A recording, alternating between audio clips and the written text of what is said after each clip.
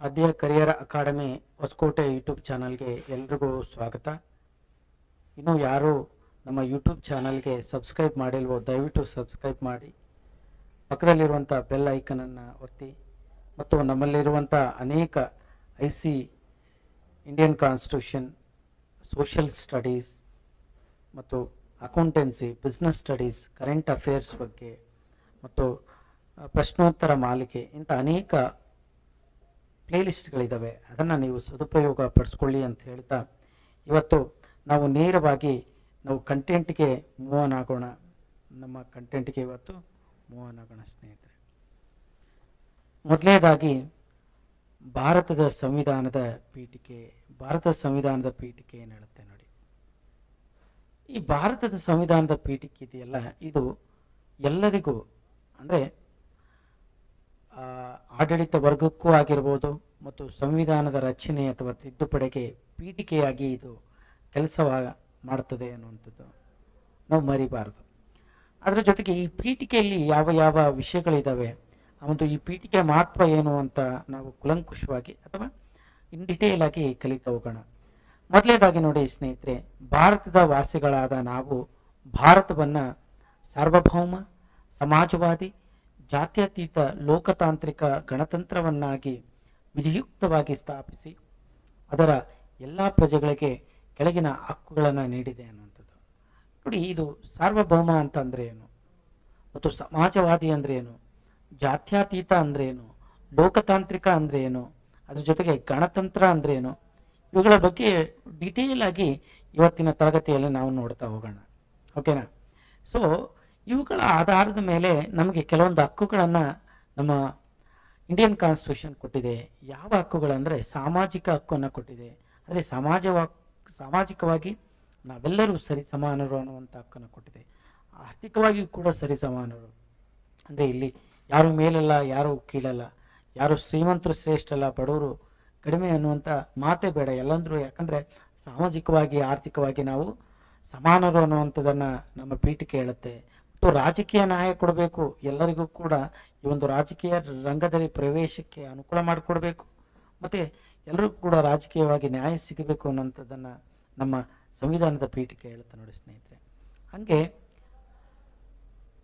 ಪೀಠಿಕೆಯಲ್ಲಿ ಇನ್ನೊಂದು ಮೆನ್ಷನ್ ಮಾಡಿದರೆ ಅದೇನು ಅಂತ ಹೇಳಿದರೆ ವಿಚಾರ. ಅಂದರೆ ಎಲ್ಲ ಪ್ರಜೆಗಳಿಗೆ, ಎಲ್ಲ ಮನುಷ್ಯರಿಗೆ ವಿಚಾರವನ್ನು ವ್ಯಕ್ತಪಡಿಸುವುದು ಮತ್ತು ಅಭಿವ್ಯಕ್ತಿ ಸ್ವಾತಂತ್ರ್ಯ ನಮಗಿದೆ. ಮತ್ತು ನಮಗೆ ಯಾವುದೇ ಒಂದು ಧರ್ಮದ ಮೇಲೆ ನಂಬಿಕೆಯನ್ನು ಇಡ್ಬೋದು, ಭಕ್ತಿಯನ್ನು ಇಡ್ಬೋದು, ಮತ್ತು ಆರಾಧನೆಯನ್ನು ಮಾಡ್ಬೋದು ಅನ್ನುವಂಥದ್ದು ಸ್ವತಂತ್ರ ನಮಗಿದೆ.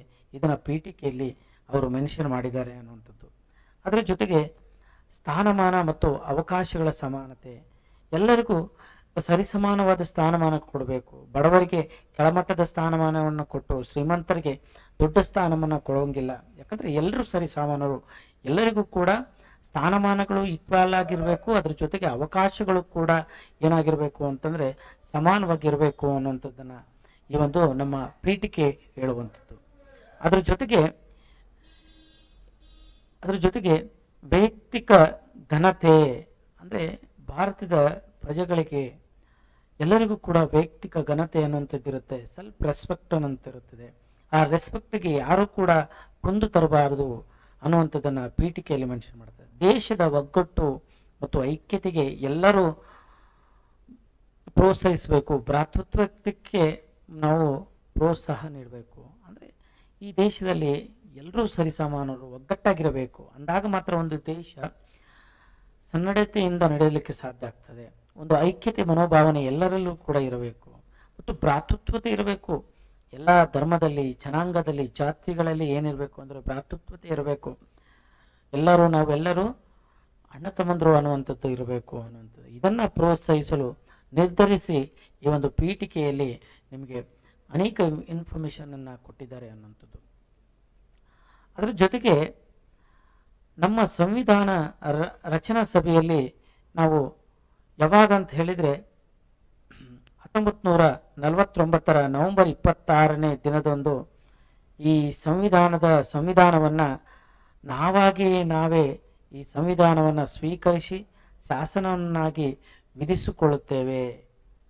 ಅಂದರೆ ಇದನ್ನು ಯಾರಾಗಿ ನಮಗೆ ಭಿಕ್ಷೆಯಾಗಿ ಅಥವಾ ನಮಗೆ ಕೊಡುಗೆಯಾಗಿ ಕೊಟ್ಟಿಲ್ಲ. ಯಾಕಂದರೆ ಇದು ನಮಗೆ ನಾವು ಅದನ್ನು ಸಮರ್ಪಿಸಿಕೊಂಡಿದ್ದೇವೆ, ಸ್ವೀಕರಿಸಿಕೊಂಡಿದ್ದೇವೆ, ಶಾಸನವನ್ನಾಗಿ ವಿಧಿಸಿಕೊಂಡಿದ್ದೇವೆ ಅನ್ನುವಂಥದ್ದನ್ನು ಈ ಪೀಠಿಕೆ ಹೇಳುವಂಥದ್ದು ಸ್ನೇಹಿತರೆ. ಹಾಗೆ ಈ ಪೀಠಿಕೆಯು ಭಾರತದ ಸಂವಿಧಾನದ ಒಂದು ಅಂಗವಲ್ಲ. ನೋಡಿ, ಇಲ್ಲಿವರೆಗೂ ನಾವು ಈ ಪೀಠಿಕೆಯ ಮಹತ್ವ ಏನು ಅಂತ ಹೇಳಿ ನೋಡಿದ್ವಿ. ಆದರೆ ಇಲ್ಲಿ ಸಡನ್ ಆಗಿ ಇದು ಅಂಗ ಅಲ್ಲ ಅಂತೇಳಿ ಹೇಳ್ತಾರೆ. ಯಾಕೆಂದರೆ ಇದನ್ನು ನೀವು ನ್ಯಾಯಾಲಯದಲ್ಲಿ ಉಪಯೋಗಿಸಲು ಸಾಧ್ಯ ಇಲ್ಲ. ನೋಡಿ, ಸಂವಿಧಾನದ ಪೀಠಿಕೆಯಲ್ಲಿ ಹಿಂಗೆ ಹೇಳಿದ್ದಾರೆ, ಇದು ತಪ್ಪು, ಇದನ್ನು ನಾನು ಖಂಡಿಸ್ತೇನೆ ಅಂಥೇಳಿ ನೀವೇನಾದರೂ ನ್ಯಾಯಾಲಯದಲ್ಲಿ ವಾದ ಮಾಡೋಕ್ಕೆ ಹೋಯಿತು ಅಂತಂದರೆ ಇದನ್ನು ಅಲ್ಲಿ ನೀವು ಪ್ರಯೋಗ ಮಾಡಲಿಕ್ಕೆ ಆಗೋದಿಲ್ಲ. ಹಾಗಿದ್ರೂ ಕೂಡ ಸಂವಿಧಾನದ ದ್ವಂದ್ವ ಇರುವಂತೆ ಕಂಡು ಬಂದಲ್ಲಿ ಪೀಠಿಕೆಯ ಉಪಯೋಗಿಸಿ ದ್ವಂದ್ವ ನಿರಾಕರಿಸಬಹುದಾದಂಥ ಕಾರಣ. ನೋಡಿ, ಈ ರೀತಿ ಉಪಯೋಗಿಸಬೇಕು ಅಥವಾ ಉಪಯೋಗಿಸಬಾರದು ಅಂದರೆ ನೀವು ಯಾವುದನ್ನು ಅಂದರೆ ಸಂವಿಧಾನದ ಪೀಠಿಕೆಯ ವಿಷಯವನ್ನು ತೆಗೆದುಕೊಂಡು ನೀನು ನ್ಯಾಯಾಲಯದಲ್ಲಿ ಉಪಯೋಗಿಸಬೇಕು ಅಂಥೇಳಿ ನಿಮಗೆ ದ್ವಂದ್ವ ರೀತಿಯ ಆಲೋಚನೆಗಳಿದ್ದಾಗ ಅದನ್ನು ಕೆಲವೊಂದು ಸಾರಿ ಸರ್ವೋಚ್ಚ ನ್ಯಾಯಾಲಯವನ್ನು ಅದನ್ನು ಎತ್ತಿ ಹಿಡಿದು ಅಂದರೆ ಪೀಠಿಕೆಯ ಆಧಾರದ ಮೇಲೆ ತೀರ್ಪನ್ನು ಕೊಟ್ಟಿದೆ. ಹಾಗಾಗಿ ಈ ಪೀಠಿಕೆಗೆ ಅಷ್ಟೊಂದು ಮಹತ್ವ ಇದೆ ಅನ್ನುವಂಥದ್ದು ನಾವು ಯಾವತ್ತೂ ಮರಿಬಾರ್ದು. ಅದಕ್ಕೆ ಏನಾದರೂ ಉದಾಹರಣೆ ಇದೆಯಾ ಅಂತ ಕೇಳಿದಾಗ ಹೌದು, ಉದಾಹರಣೆ ಇದೆ. ಯಾವುದು ಅಂದರೆ ಕೇಶವಾನಂದ ಭಾರತಿ ಮತ್ತು ಕೇರಳ ಸರ್ಕಾರದ ಮಧ್ಯೆ ಈ ಒಂದು ಪೀಠಿಕೆ ಆಧಾರದ ಮೇಲೆ ಹಾಕಿರುವಂಥ ಕೇಸ್ಗಳ ಬಗ್ಗೆ ಒಂದು ಡಿಸ್ಕಷನ್ ನಡೆದಿತ್ತು. ಅಲ್ಲಿ ಸರ್ವೋಚ್ಚ ನ್ಯಾಯಾಲಯ ಪೀಠಿಕೆಯನ್ನು ಎತ್ತಿ ಹಿಡಿದು ಆ ಪ್ರಕರಣಕ್ಕೆ ಏನು ತೀರ್ಪನ್ನು ನೀಡಿತ್ತು ಅಂಥೇಳಿ ನಾವು ಯಾವತ್ತಿಗೂ ಕೂಡ ಮರಿಬಾರದು ಸ್ನೇಹಿತರೆ. ಅದರ ಜೊತೆಗೆ ಈ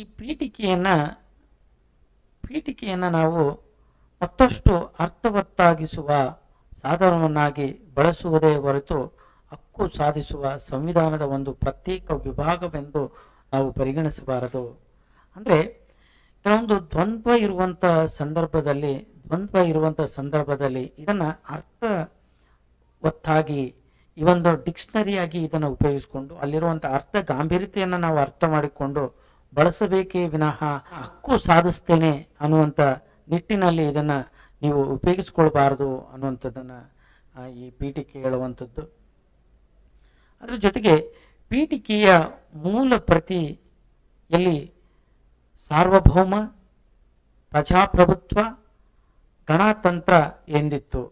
ಮುಂಚೆ ಈ 3 ಪದಗಳು ಪೀಠಿಕೆಯಲ್ಲಿ ಇತ್ತು. ನೋಡಿ, ಯಾವ್ದ್ಯಾವ್ದಿತ್ತು ಅಂದರೆ ಮೊದಲ ಪೀಠಿಕೆಯಲ್ಲಿ ಇದ್ದ ಅಕ್ಷರಗಳು ಯಾವುವು ಅಂತ ಪ್ರಶ್ನೆ ಕೇಳ್ಬೋದು. ಅದರಲ್ಲಿ ನೀವು ಏನಂತ ಹೇಳಬೇಕು ಅಂದರೆ ಸಾರ್ವಭೌಮ, ಪ್ರಜಾಪ್ರಭುತ್ವ, ಗಣರಾಜ್ಯ, ಈ ಒಂದು 3 ಆಪ್ಷನ್ಗಳಿಗಿದ್ದರೆ ನೀವು ಟಿಕ್ ಹಾಕಬೇಕಾಗುತ್ತೆ. ನೋಡಿ, ಇವು ಮೂಲ ಪ್ರತಿಯಲ್ಲಿ ಇರುವಂತಹ ಸಂವಿಧಾನದ ಕೆಲವೊಂದು ಪದಗಳು. 2 ಹೆಚ್ಚಿನ ಪದಗಳನ್ನು ಆಮೇಲೆ ಸೇರಿಸಲಾಯಿತು. ಯಾವುದು ಅಂತಂದರೆ ಸಮಾಜವಾದಿ, ಇನ್ನೊಂದು ಜಾತ್ಯತೀತ ಅನ್ನುವಂಥ ಪದಗಳನ್ನು ಆಮೇಲೆ ನಾವು ಸೇರಿಸಿದ್ವಿ. ನೋಡಿ ಸ್ನೇಹಿತರೆ, ಸಮಾಜವಾದಿ ಮತ್ತು ಜಾತ್ಯತೀತ ಪದಗಳನ್ನು ನಾವು 1976ರಲ್ಲಿ ಸಂವಿಧಾನದ 42ನೇ ತಿದ್ದುಪಡಿಯಲ್ಲಿ ಸೇರಿಸಲಾಗಿದೆ ಅನ್ನುವಂಥದ್ದು. ಆ ಸಮಯದಲ್ಲಿ ತುರ್ತು ಪರಿಸ್ಥಿತಿಯ ಜಾರಿಯಲ್ಲಿರೋದ್ರಿಂದ ಸಂವಿಧಾನಕ್ಕೆ ತಿದ್ದುಪಡಿ ತರಲು ಸಾಧ್ಯವೇ ಎಂಬುದನ್ನು ಇಂದಿನ ಅನುಭವದ ಆಧಾರದಲ್ಲಿ ಪರಿಶೀಲಿಸಿ ಸರ್ದಾರ್ ಸ್ಮರಣ್ ಸಿಂಗ್ ಅವರ ಅಧ್ಯಕ್ಷತೆಯಲ್ಲಿ ಸಮಿತಿಯ ತಿದ್ದುಪಡಿ ಕಾರ್ಯಗತಗೊಳಿಸಬಹುದು ಅಂತ ಹೇಳಿ. ನೋಡಿ, ಪೀಠಿಕೆಯನ್ನು ಆಧಾರವಾಗಿಟ್ಕೊಂಡು ನೀವು ಎಮರ್ಜೆನ್ಸಿ ಸಂದರ್ಭದಲ್ಲಿ ಕೆಲವೊಂದು ಸಾರಿ ನಮಗೆ ಕೊಟ್ಟಿರುವಂಥ ಹಕ್ಕುಗಳನ್ನು ಚಲಾಯಿಸುವುದಕ್ಕಾಗೋದಿಲ್ಲ ಅನ್ನುವಂಥದ್ದನ್ನು ನಾವು ಕೇಳಿದ್ವಿ. ಹಂಗೆ ಅಂಥ ಸಂದರ್ಭದಲ್ಲಿಯೂ ಕೂಡ ಅನುಭವದ ಆಧಾರದಲ್ಲಿ ಪರಿಶೀಲಿಸಿ ಯಾರು ಅಂದರೆ ಸರ್ದಾರ್ ಸ್ಮರಣ್ ಸಿಂಗ್ ಅವರು ಏನು ಮಾಡ್ತಾರೆ ಅಂತಂದರೆ ಸಮಿತಿಯ ತಿದ್ದುಪಡಿ ಮಾಡೋದ್ರ ಮುಖಾಂತರ ಅದನ್ನು ಕಾರ್ಯಗತಗೊಳಿಸ್ತಾರೆ. ಯಾವುದನ್ನು ಅಂತಂದರೆ ಈ 2 ಶಬ್ದಗಳನ್ನು ಸೇರಿಸಬೇಕು ಅಂತೇಳಿ, ಸಮಾಜವಾದಿ, ಜಾತ್ಯತೀತ ಪದಗಳನ್ನು. ಓಕೆ, ಇದು ಕೂಡ ಇಂಪಾರ್ಟೆಂಟ್ ಆಗಿರುವಂಥದ್ದು. ಅದರ ಜೊತೆಗೆ ನೆಕ್ಸ್ಟು ಈ ಒಂದು ಪೀಠಿಕೆಯ ಮಹತ್ವ ಏನು, ಪೀಠಿಕೆಯ ಮಹತ್ವ ಯಾಕೆ ಅಷ್ಟೊಂದು ಇಂಪಾರ್ಟೆಂಟ್ ಅಂತೇಳಿ ನಾವು ನೋಡೋದಾದರೆ, ಪೀಠಿಕೆಯಲ್ಲಿರುವ ಕೆಲವು ವಾಕ್ಯಗಳು ಮತ್ತು ಭಾರತದ ಸಂವಿಧಾನವು ರಚಿತವಾಗಿರುವ ಕೆಲವು ಮೂಲಭೂತ ಮೌಲ್ಯಗಳು ಸಾತ್ವಿಕ ಸೂಚಿಗಳನ್ನು ಎತ್ತಿ ತೋರಿಸುತ್ತದೆ. ಪೀಠಿಕೆಯಲ್ಲಿ ಕೆಲವು ವಾಕ್ಯಗಳಿದಾವೆ. ಯಾವುದು ಅಂದರೆ, ಭಾರತದ ಸಂವಿಧಾನವು ರಚಿತವಾಗಿರುವ ಕೆಲವು ಮೂಲಭೂತ ಮೌಲ್ಯಗಳು ಸಾತ್ವಿಕ ಸೂಚಿಗಳು ಎತ್ತಿ ತೋರಿಸುತ್ತದೆ. ಈ ಪೀಠಿಕೆಯು ಸಂವಿಧಾನದ ದಿಕ್ಸೂಚಿಯಂತೆ ಕೆಲಸ ನಿರ್ವಹಿಸ್ತದೆ ನೋಡಿ. ಅಂದರೆ ಈ ಒಂದು ಸಂವಿಧಾನದ ಪೀಠಿಕೆಯಲ್ಲಿ ಅನೇಕ ರೀತಿಯಾಗಿರುವಂಥ ವಾಕ್ಯಗಳು ಅರ್ಥ ಗರ್ಭಿತವಾಗಿಯೂ ಮತ್ತು ಸಾತ್ವಿಕ ಸೂಚಿಗಳಾಗಿಯೂ ಕೆಲಸ ಮಾಡುತ್ತದೆ. ಅದರ ಜೊತೆಗೆ ದಿಕ್ಸೂಚಿಯಂತೆ ಕೂಡ ಅದು ಕೆಲಸ ಮಾಡ್ತದೆ ಅನ್ನುವಂಥದ್ದು. ಮತ್ತು ನ್ಯಾಯಾಧೀಶರ ಸಂವಿಧಾನವನ್ನು ಇದೇ ದಾರಿಯಲ್ಲಿ ವ್ಯಾಖ್ಯಾನಿಸಿ ಮುನ್ನಡೆಸುತ್ತಾರೆ ನೋಡಿ. ನ್ಯಾಯಾಧೀಶರು ಯಾವುದೇ ಒಂದು ತೀರ್ಪುಗಳನ್ನು ತೆಗೆದುಕೊಳ್ಬೇಕಾದ್ರೆ ಪೀಠಿಕೆಯನ್ನು ಮುಂದೆ ಇಟ್ಟುಕೊಂಡು ಅದರ ಆಧಾರದ ಮೇಲೆ ಏನು ಮಾಡ್ತಾರೆ ಅಂದರೆ, ಇದೇ ದಾರಿಯಲ್ಲಿ ವ್ಯಾಖ್ಯಾನಿಸಿ ಅವರು ತೀರ್ಪುಗಳನ್ನು ಕೊಡುವಂಥ ಕೆಲಸವನ್ನು ಮಾಡ್ತಾರೆ. ಅದರ ಜೊತೆಗೆ ಭಾರತದ ಸಂವಿಧಾನದ ಪೀಠಿಕೆಯಲ್ಲಿ ವ್ಯಕ್ತಪಡಿಸಿರುವ ಹಾಗೂ ತಿದ್ದುಪಡಿ ಮಾಡಲು ಸಾಧ್ಯವಿಲ್ಲದ ಆಶಯಗಳು ಬಹಳಷ್ಟು ಸಂದರ್ಭದಲ್ಲಿ ಭಾರತದ ಸರ್ವೋಚ್ಚ ನ್ಯಾಯಾಲಯ ಎತ್ತಿ ಹಿಡಿದಿದೆ ನೋಡಿ. ಕೆಲವೊಂದು ಸಂದರ್ಭದಲ್ಲಿ ಏನಾಗುತ್ತೆ ಅಂತಂದ್ರೆ, ಇದನ್ನು ತಿದ್ದುಪಡಿ ಮಾಡೋದಕ್ಕೆ ಆಗೋದಿಲ್ಲ, ಹಂಗೆ ಹಿಂಗೆ ಅಂತ ಹೇಳಿದಾಗೂ ಕೂಡ ಯಾವುದು ಅಂತ ಹೇಳಿದ್ರೆ, ಭಾರತದ ಸಂವಿಧಾನದ ಪೀಠಿಕೆಯು ಏನು ಮಾಡಿದೆ ಅಂತ ಹೇಳಿದ್ರೆ, ಅದನ್ನ ಎತ್ತಿ ಹಿಡಿದು ತೀರ್ಪನ್ನು ಕೊಟ್ಟಿದೆ ಅನ್ನುವಂಥದ್ದು.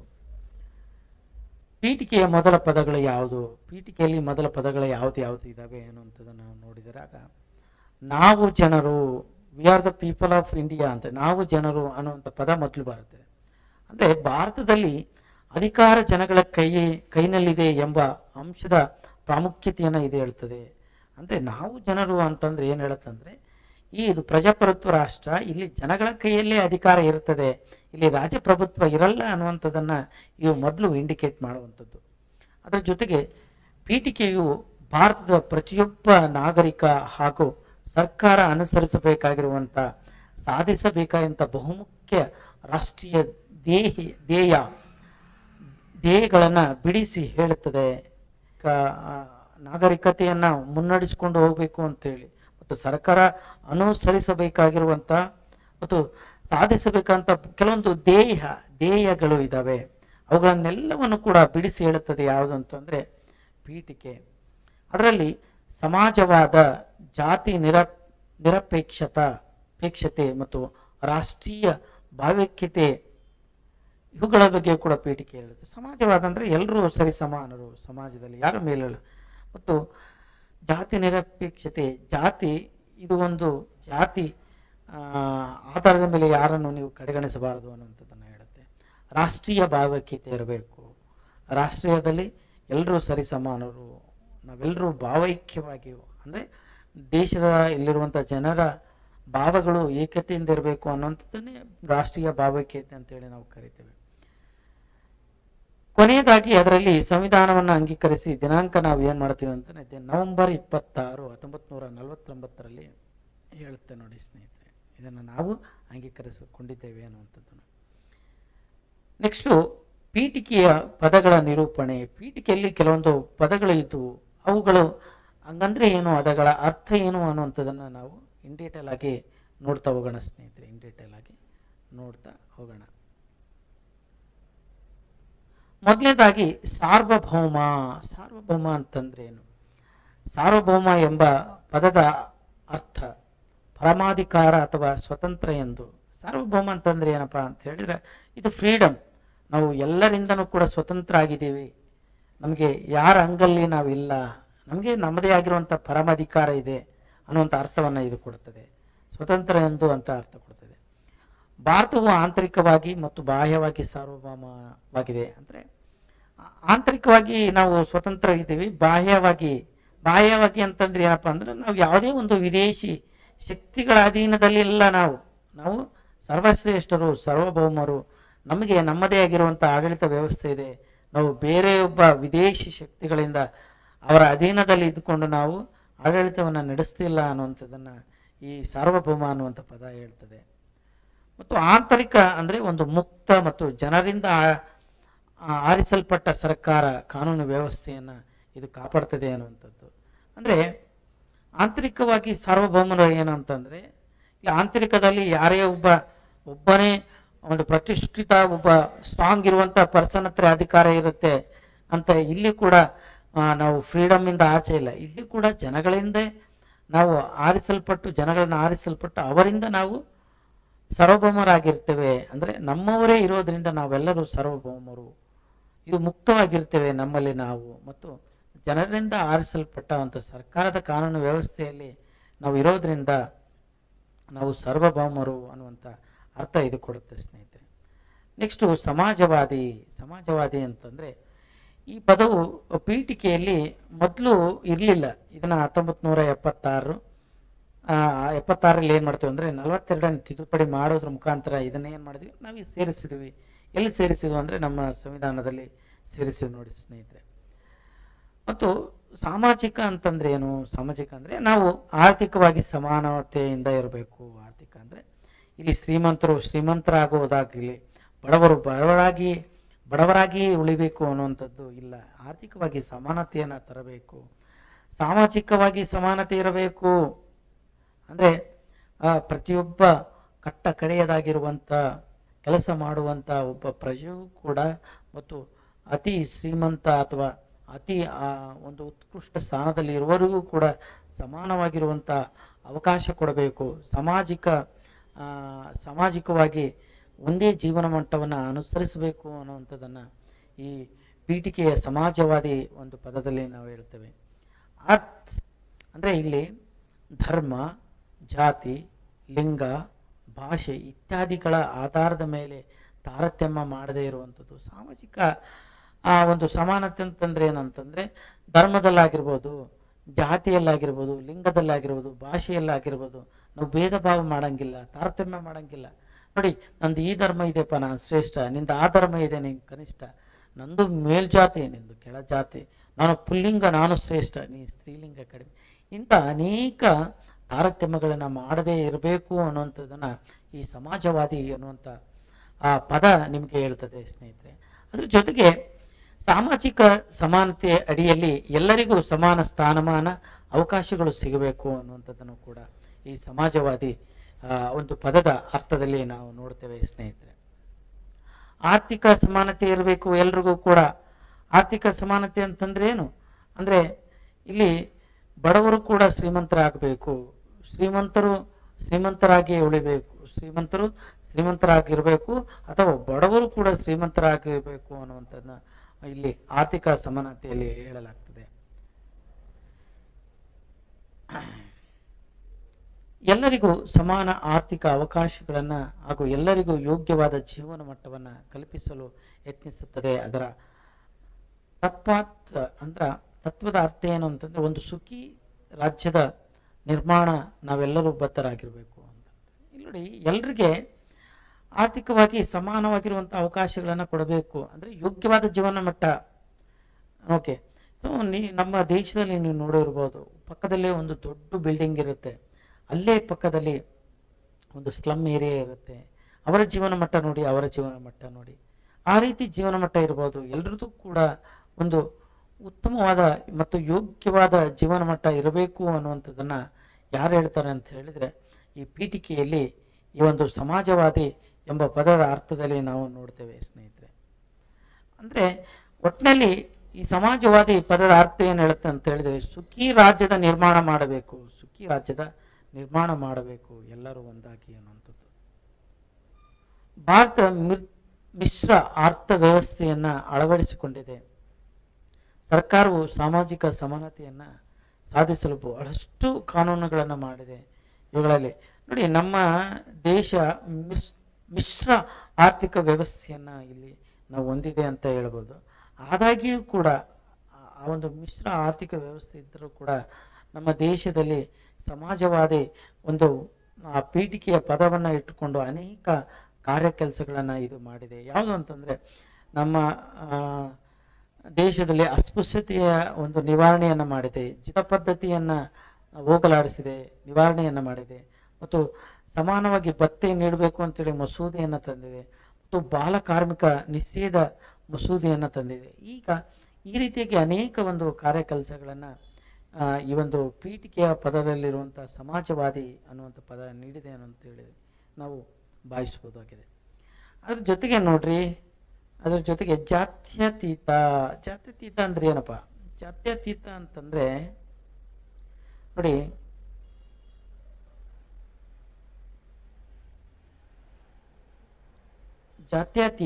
ಜಾತ್ಯತೀತ ಎಂಬ ಪದವು ಪೀಠಿಕೆಯ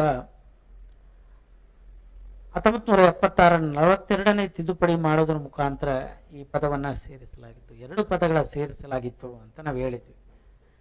ಒಂದು ಸಮಾಜವಾದಿ, ಇನ್ನೊಂದು ಜಾತ್ಯತೀತ. ಯಾವಾಗ ಅಂತ ಹೇಳಿ 1976ರಲ್ಲಿ 42ನೇ ತಿದ್ದುಪಡಿ ಮಾಡುವ ಮುಖಾಂತರ ಈ ಒಂದು ಪದಗಳನ್ನ ಸೇರಿಸಲಾಯಿತು ನೋಡಿ, ಎಕ್ಸ್ಟ್ರಾ. ಓಕೆ, ಇದು ಕೂಡ ನೀವು ನೆನಪಿನಲ್ಲಿ ಇಟ್ಕೊಳ್ಬೇಕಾಗ್ತದೆ. ಅದರ ಜೊತೆಗೆ ಇದರ ಅರ್ಥ ಏನು ಅಂತ ನಾವು ನೋಡಿದಾಗ, ಎಲ್ಲ ಧರ್ಮಗಳು ಸಮಾನತೆ, ಧಾರ್ಮಿಕ ಸಹನೆ ಇರಬೇಕು. ಭಾರತವು ಯಾವುದೇ ಅಧಿಕೃತ ಧರ್ಮವನ್ನ ಹೊಂದಿಲ್ಲ. ಅಂದ್ರೆ ಧರ್ಮಗಳ ಆಧಾರದ ಮೇಲೆ ನಾವೆಲ್ಲರೂ ಸಮಾನರು. ನೋಡಿ, ಆ ಧರ್ಮದವನು ನೀನು, ಹಿಂದೂ ಧರ್ಮದವನು ನೀನು ಶ್ರೇಷ್ಠ, ಮುಸ್ಲಿಂ ಧರ್ಮದವನು ನಾನು ಕನಿಷ್ಠ, ಈ ರೀತಿ ಇಲ್ಲ. ಎಲ್ಲರೂ ಕೂಡ ಸರಿ ಸಮಾನರು ಅನ್ನುವಂಥ ಪದ ಹೇಳುತ್ತದೆ.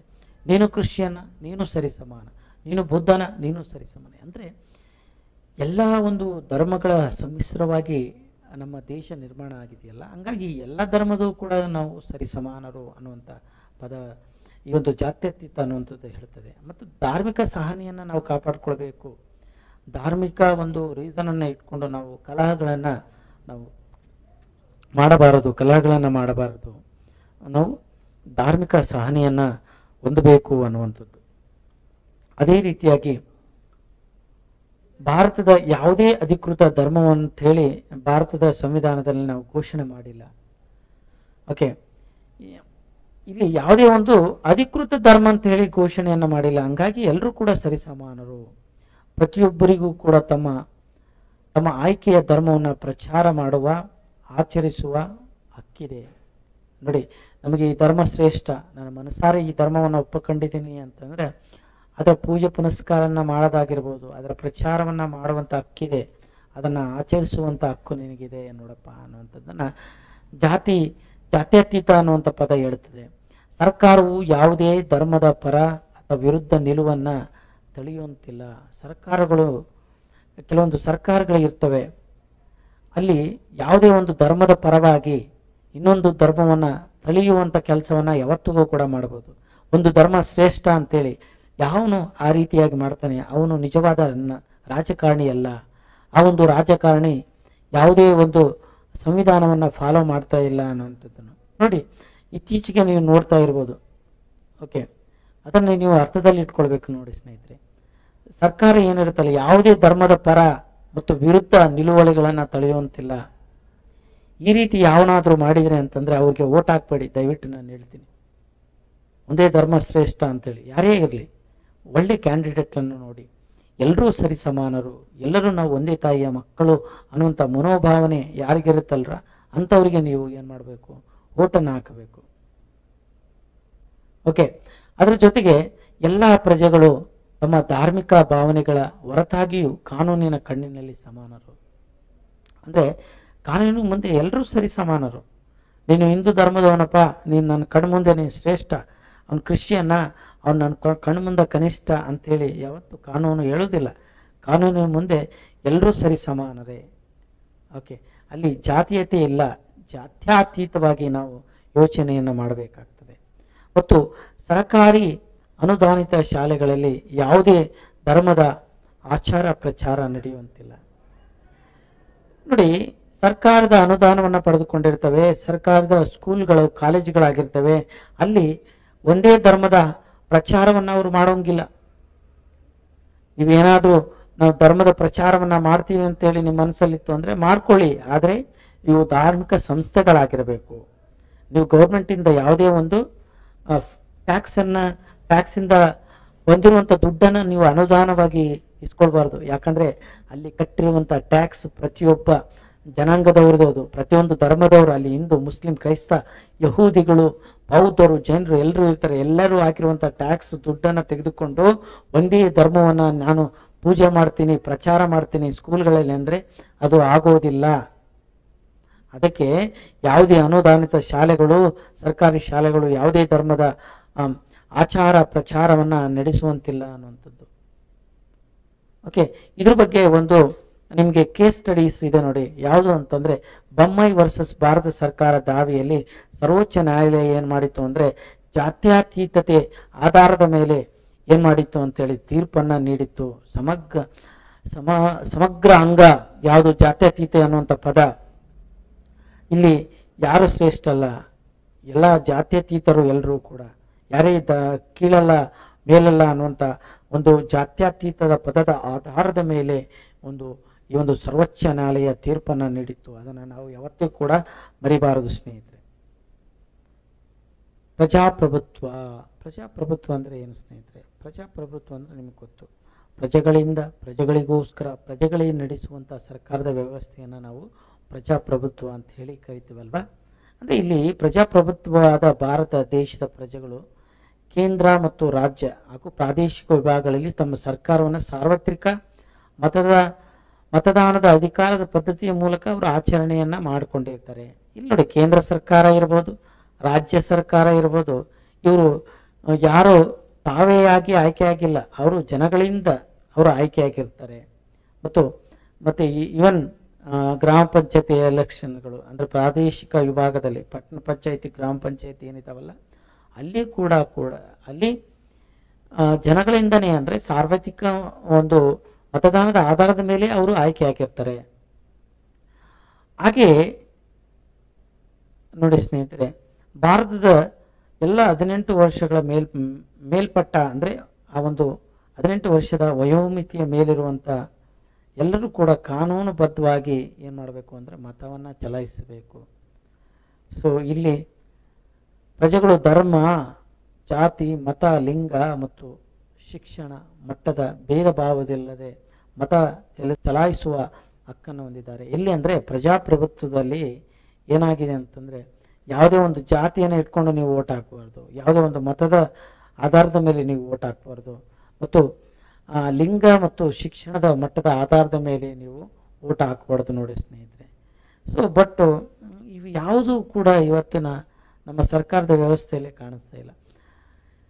ಪತ್ರಿಕಾಂಗ ಅಂತ ನಾವು ಏನು ಕರಿತೀವಲ್ಲ, ಮೀಡಿಯಾಗಳು ಇವತ್ತು ಅವು ನಮ್ಮ ಸಂವಿಧಾನದ 4ನೇ ಅಂಗ ಅಂಥೇಳಿ ಕಳಿಸ್ಕೊಡ್ತೇವೆ. ಆದರೂ ಕೂಡ ಇವತ್ತು ಅವು ಒಂದು ಮೀಡಿಯಾಗಳಲ್ಲಿ ತಮ್ಮ ಟಿ ವಿ ಚಾನಲ್ಗಳಲ್ಲಿ ಏನಂತೇಳಿ ಪ್ರಚಾರ ಮಾಡ್ತಾರೆ, ಏನಂತೇಳಿ ಟೆಲಿಕಾಸ್ಟಿಂಗ್ ಮಾಡ್ತಾರೆ ಅಂತ ಹೇಳಿದರೆ, ನೋಡಿ ಇಷ್ಟು ಮತಗಳು ಈ ಒಂದು ಧರ್ಮದಿಂದ ಬರ್ತವೆ, ಇಷ್ಟು ಈ ಜಾತಿಯಿಂದ ಇಷ್ಟು ಧರ್ಮ ಆಧಾರದ ಮೇಲೆ, ಈ ಜಾತಿಯ ಆಧಾರದ ಮೇಲೆ ಇಷ್ಟು ಮತಗಳು ಬರ್ತವೆ, ಈ ಪಕ್ಷ ಗೆಲ್ಲುತ್ತೆ, ಹಿಂದೂಗಳು ಇಷ್ಟಿದ್ದಾರೆ, ಸೊ ಹಿಂಗಾಗಿ ಈ ಪಕ್ಷ ಗೆಲ್ಲುತ್ತೆ. ಹೀಗೆ ಒಂದು ಮೀಡಿಯಾಗಳು ಕೂಡ ಅಡ್ಡದಾರಿಯನ್ನು ತುಳಿತಾ ಇದ್ದೇವೆ ಅನ್ನುವಂಥದ್ದನ್ನು ನಾವು ಇವತ್ತು ಮರೆಯೋಂಗಿಲ್ಲ. ಹಂಗಾಗಿ ನಾವು ಕೂಡ ಅಂದರೆ ದೇಶದ ಒಂದು ಉನ್ನತ ಮತ್ತು ದೇಶದ ಅಭಿವೃದ್ಧಿಗಾಗಿ ಒಂದು ಆಲೋಚನೆ ಮಾಡುವಂಥ ಯಾವುದೇ ಒಬ್ಬ ಮನುಷ್ಯ ಜಾತಿ, ಮತ, ಲಿಂಗ ಮತ್ತು ಧರ್ಮದ ಆಧಾರದ ಮೇಲೆ ನೀವೇನು ಮಾಡಬಾರ್ದು, ಒಂದು ಮತವನ್ನು ಚಲಾಯಿಸಬಾರ್ದು ಅನ್ನುವಂಥದ್ದನ್ನು ನಾವು ಹೇಳ್ಬೋದಾಗಿದೆ. ಕೊನೆಯದಾಗಿ ನೋಡಿ ಸ್ನೇಹಿತರೆ, ಕೊನೆಯದಾಗಿ ಗಣತಂತ್ರ ಅಂದರೆ ಏನು? ಗಣತಂತ್ರವು ಪ್ರಭುತ್ವಕ್ಕೆ ವಿರುದ್ಧವಾಗಿರುವಂಥ ಪದ. ಅಂದರೆ ಗಣತಂತ್ರ ಅಂದರೆ ಇಲ್ಲಿ ಗಣ ಅಂದರೆ ಜನಗಳು ತಂತ್ರ ಅಂದರೆ ಜನಗಳು ನಡೆಸುವಂಥ ಸರ್ಕಾರದ ವ್ಯವಸ್ಥೆ ಅಂತೇಳಿ. ಹಂಗಾಗಿ ಇದು ಪ್ರಜಾಪ್ರಭುತ್ವಕ್ಕೆ ವಿರುದ್ಧವಾಗಿರುವಂಥ ಪದ ಇದು. ಓಕೆ, ಪ್ರಜಾಪ್ರಭುತ್ವದಲ್ಲಿ ಏನಾಗುತ್ತೆ ಅಂತಂದರೆ, ಒಂದು ರಾಜ್ಯದ ಮುಖ್ಯಸ್ಥ ಏನು ಮಾಡ್ತಾನೆ, ವಂಶ ಪಾರಂಪರ್ಯಾಗಿ ಅವನೇನು ಮಾಡ್ತಾನೆ, ಆಡಳಿತವನ್ನು ಮಾಡ್ಕೊಂಡು ಹೋಗ್ತಾನೆ. ಆ ಅಪ್ಪ ಸತ್ತಾದಮೇಲೆ ಮಗ ಮತ್ತೆ ಬರ್ತಾನೆ, ಮಗ ಸತ್ತರೆ ಮೊಮ್ಮಗ ಅಧಿಕಾರಕ್ಕೆ ಬರ್ತಾನೆ. ಹೀಗೆ ಜೀವನ ಮಾನದವರೆಗೂ ಕೂಡ ಸಿಂಹಾಸನವನ್ನು ಅವರೇ ಆಳ್ವಿಕೆಯನ್ನು ಮಾಡ್ತಾರೆ. ಆದರೆ ಪ್ರಜಾಪ್ರಭುತ್ವದಲ್ಲಿ ಹಾಗೆ ಆಗೋದಿಲ್ಲ. ಅಂದರೆ ಪ್ರಜಾಪ್ರಭುತ್ವ ಗಣತಂತ್ರದಲ್ಲಿ ಆ ರಾಜ್ಯದ ಮುಖ್ಯಸ್ಥನ ಒಂದು ನಿರ್ದಿಷ್ಟ ಅವಧಿಗೆ ಮಾತ್ರ ಆರಿಸಲಾಗುವುದು. ಅವನು ನಾನು ರಾಜಪ್ಪ ಅಂತೇಳಿ, ಓಕೆ ರಾಜ ಆಗಲಿ, ನೀನು ಕಟ್ಟ ಕಡೆಯ ಪ್ರಜೆ ಆಗಿ ನಿನಗೆ ಅವಕಾಶ ಇದೆ, ಬೇಕಾದರೆ ನೀನು ಒಂದು ಎಲೆಕ್ಷನ್ಗೆ ನಿಂತ್ಕೋ ಅಂತೇಳಿ ಅಕಸ್ಮಾತ್ ಗೆದ್ದರೆ, ಆ ರಾಜ್ಯದ ಮುಖ್ಯಸ್ಥ ಒಂದ್ಸರಿ ಗೆದ್ದರೆ ಅವನು ನಿರ್ದಿಷ್ಟ ಅವಧಿಗೆ ಮಾತ್ರ ಅವನು ಏನು ಮಾಡ್ತಾನೆ ಅಂದರೆ 5 ವರ್ಷಗಳ ಕಾಲ ಆ ಒಂದು ಸ್ಥಾನವನ್ನು ಅನುಭವಿಸಬೇಕು. ಅದಾದ ಮೇಲೆ ಅವನು ಆ ಸ್ಥಾನದಿಂದ ಇಳಿಬೇಕು. ಮತ್ತೆ ಜನ ಸಮ್ಮತಿ ಕೊಟ್ಟು ಜನ ಬೆಂಬಲ ಕೊಟ್ಟರೆ ಮತ್ತೆ ನೀನು ಆ ಒಂದು ಗದ್ದೆಗೆ ಏರುವಂಥ ಒಂದು ಅಧಿಕಾರ ನಿಮಗಿದೆ. ರಾಷ್ಟ್ರಪತಿಯನ್ನು 5 ವರ್ಷಗಳ ಕಾಲ ಒಂದು ನಿರ್ದಿಷ್ಟ ಅವಧಿಗೆ ಚುನಾಯಿಸಲಾಗುವುದು. ದೇಶದ ಒಬ್ಬ ಮೊದಲ ಪ್ರಜೆ ಅಂತ ಹೇಳ್ತೀವಲ್ಲ, ಅವ್ರನ್ನೂ ಕೂಡ ನಾವು 5 ವರ್ಷಕ್ಕೊಮ್ಮೆ ನಾವು ಅವರನ್ನು ಒಂದು ನಿರ್ದಿಷ್ಟ ಅವಧಿಗೆ ಅವರನ್ನು ನಾವು ಆಯ್ಕೆ ಮಾಡಿ ಆಮೇಲೆ ಅದರಿಂದ ನಾವು ತೆಗೆಯಲಾಗ್ತದೆ. ಸ್ನೇಹಿತರೆ, ಇಲ್ಲಿವರೆಗೂ ಕೂಡ ತರಗತಿಯನ್ನು ಕೇಳಿರುವಂಥ ಎಲ್ಲರಿಗೂ ಕೂಡ ಧನ್ಯವಾದಗಳು. ಮುಂದಿನ ತರಗತಿಗಳಲ್ಲಿ ಇನ್ನೂ ಅನೇಕ ವಿಚಾರಗಳನ್ನು ತೆಗೆದುಕೊಂಡು ಬರ್ತೀನಿ ಅಂತೇಳಿ ಈ ತರಗತಿಯನ್ನು ಮುಗಿಸ್ತಾ ಇದ್ದೀವಿ.